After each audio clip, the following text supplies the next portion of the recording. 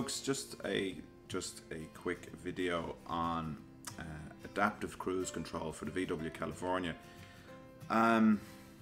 It's an optional extra on the California. It's €1,200. Now, because I have an Ocean, it came as standard, but I suppose as soon as I paid for the van, I paid for the adaptive cruise control. So what is the adaptive cruise control? So to cut to the chase, is it worth the money? If you ask me, I think it is. And I'm sure that's going to be very subjective, because some people are going to love it and think it's the best thing in the world, like me. Well, maybe not the best thing in the world, and some people are going to dislike it. Does it do what it's supposed to do in that? Does it adapt the cruise control? Yes, it does. Is it perfect? No, it's not. It takes a bit of getting used to. But am I glad the van has it? Absolutely. So I think the reason I think it's good is because you know, typically where it really comes into its own is that if you're stuck in traffic, or if you're on a country road and you're kind of tailing behind maybe a large truck or something like that that's sticking to a consistent speed, then what you can do is you can basically tap the adaptive cruise control, and the van will match the speed and follow the truck behind. Now, it takes a bit of getting used to, because you have to kind of trust it to brake. And I know the first few times I did it, because you know, you have to test it in a real life situation. You can't test it. Well, you probably could test it, but the thing is, you have to kind of go out onto the road and get this thing going. So I think it's very good, and I like it when I'm on motorways. That what I can do is if I can lock onto a truck that's doing the speed that I want to do, then what I can do is set the speed, so in the same way with cruise control, you can set the speed that you want to do. So in here, in our instance, it's 120 kilometers per hour. So you set the speed, and then what you do then is you sit in the lane that you're doing, and what will happen is that you will cruise along at 120 kilometers per hour if there's no traffic. And then what happens then is, as the van starts to pick up on the radar, it'll pick up a vehicle ahead of you, and if the vehicle is going slower, so say it's doing 110, then unless you change lanes, what will happen is that then the radar will pick up, it'll detect the speed that the car or the van is doing in front of you, and what it will do then is it'll start to match the speed, so it'll drop down to 110. And then if you indicate to pull out or overtake, then what it will do is the van will automatically accelerate up to the speed that you've set. So in this instance, it'll be 120 kilometers per hour. And that's effectively what it does. So again, like on country roads, if you're on long winding country roads and people are kind of people are sticking to a speed limit, you can follow along. And what I find then is you get to take both feet. I drive an automatic, so you get to take both feet off the pedals, and it's a more comfortable seating position. You get to rest your feet, because the nature of having a California is your tendency to do long drives, and that means then you can rest your foot.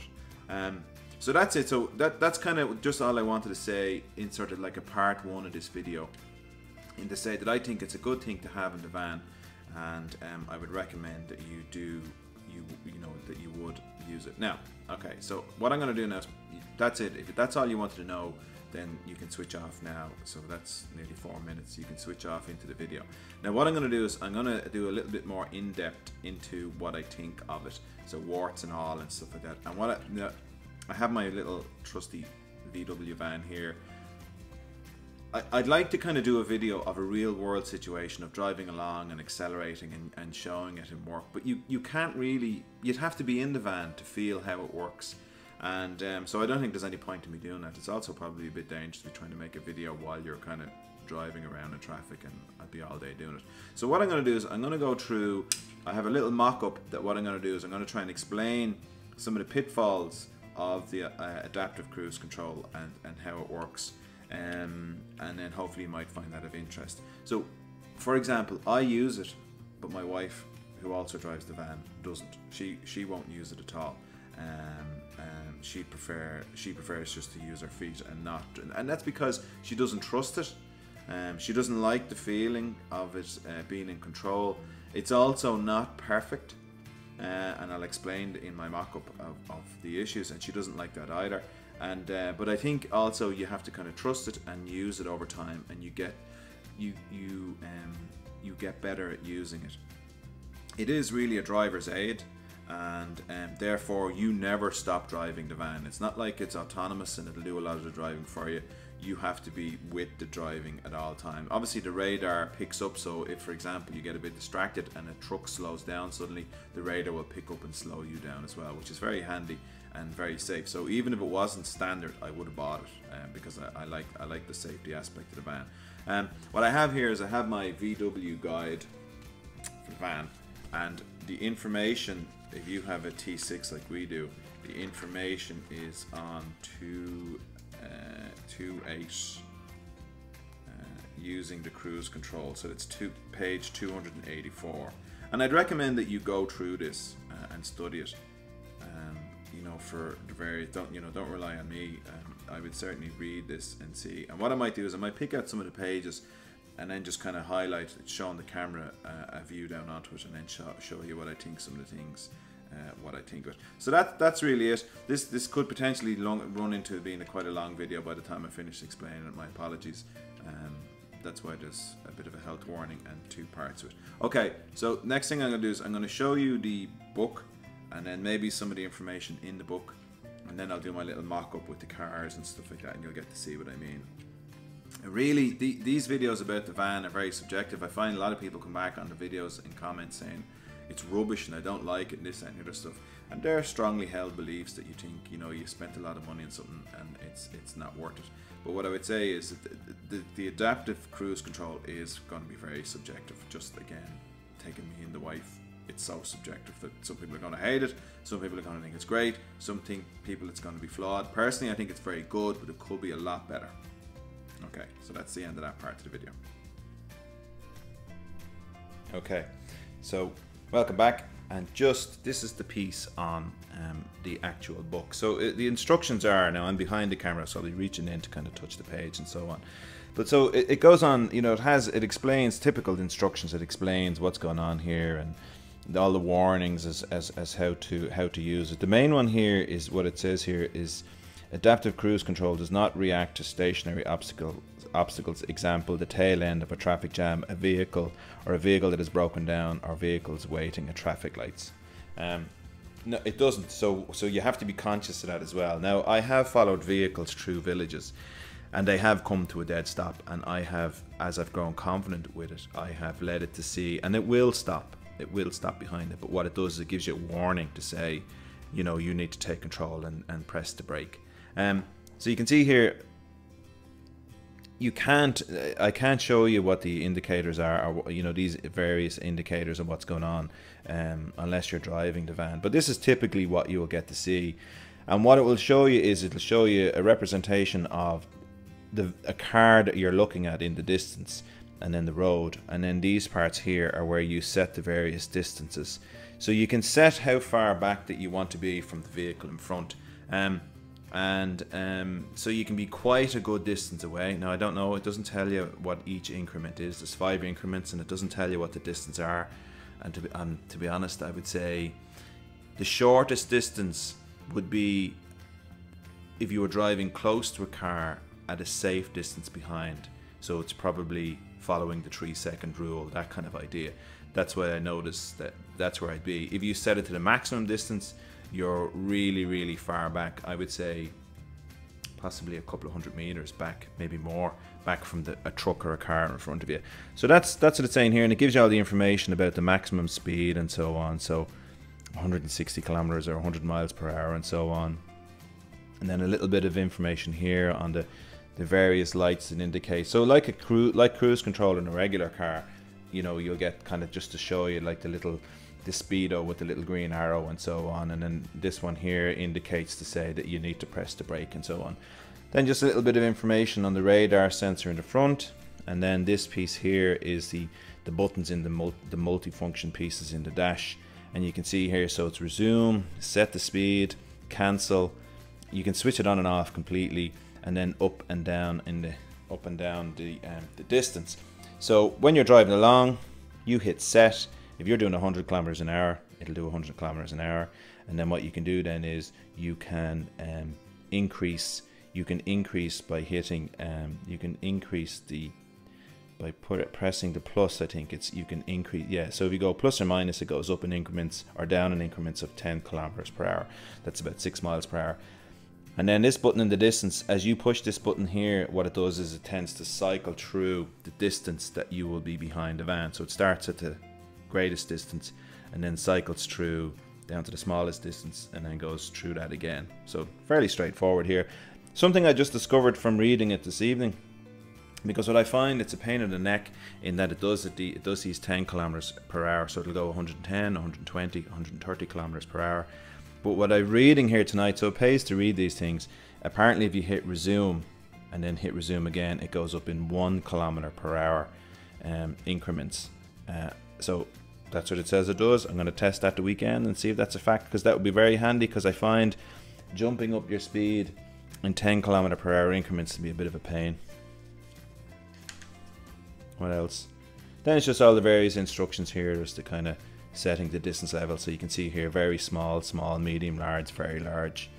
And what else? Then just how it works. So again, it's very much like cruise control in that if you brake, if you touch the brakes, the cruise control will deactivate, and then you hit resume and it takes off again.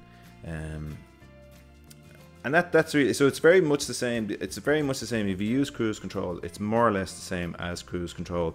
The only difference being it will change the distance.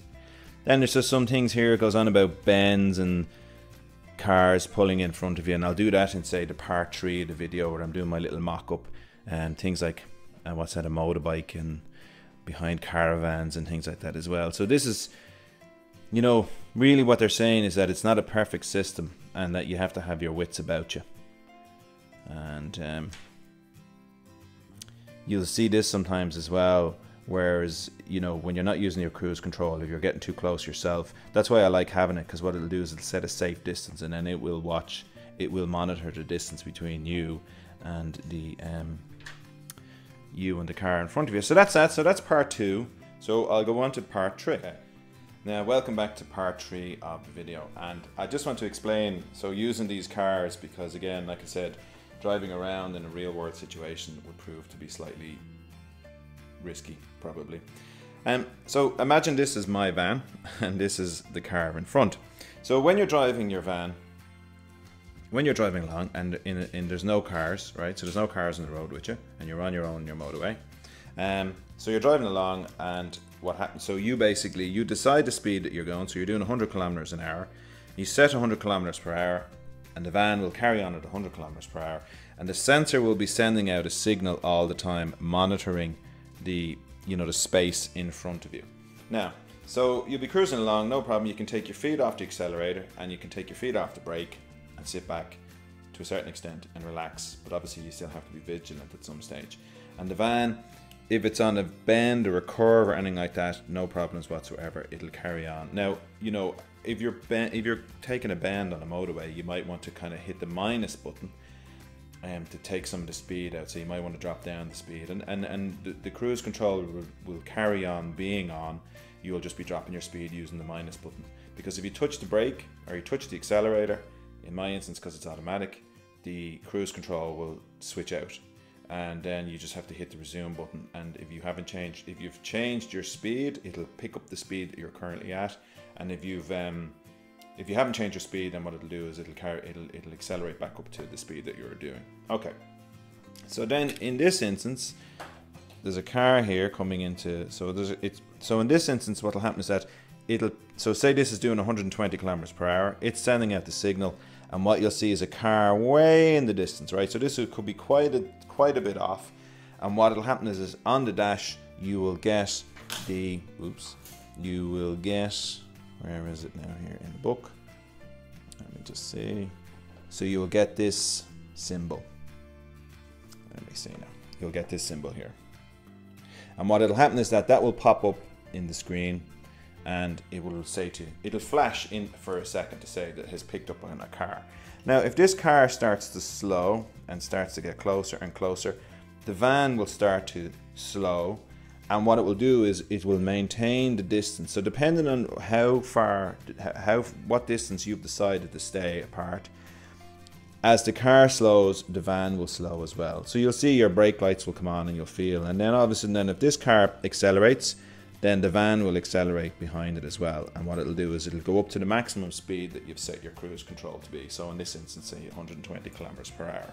And that's no problem. And it will do that all day long. So you can imagine if you were stuck in traffic and everyone's doing 100 kilometers per hour or 50 kilometers per hour, but they're all moving, you can set this, and what it'll do is it'll just follow along, and you don't have to worry about your leg getting tired. Also then, like I said, on country roads and following trucks and so on, it's very handy.